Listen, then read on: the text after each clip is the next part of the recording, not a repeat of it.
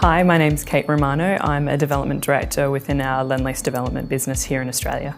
I think connected places is definitely a strong theme within our industry and within government at the moment. We're seeing some, I think, once in a generation investment and real changes to our landscape when we're talking about connecting places, physically connecting places.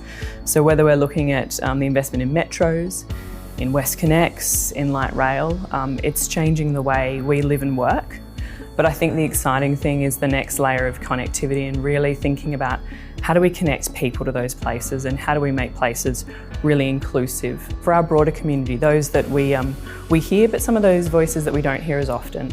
And I think that's the layer that's really exciting for our industry, how we shift from large-scale infrastructure moves into some of the smaller moves, which really create places that mean something for people, whether it's in their everyday lives or that sort of special place that they can go to have a celebration. And I think that's the really exciting part for our industry, to add that next layer and really enhance the connectivity and create inclusive places. In terms of activating great public spaces, I think it's critical to understand who's going to use those spaces. What do they need and what do they want? There are some wonderful precincts where we see activation. I think globally I love King's Cross in London, and you can see what's occurred over there. It's a really great, diverse, mixed-use precinct, but it's the interstitial spaces, the public domain, the activations that are going on there which make it just a great piece of city.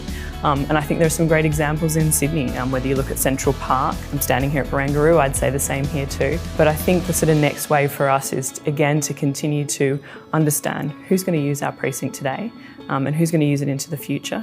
What does it mean in a post-COVID world? What does it mean in a world where climate resilience is key? And connectivity at a really human level is really important.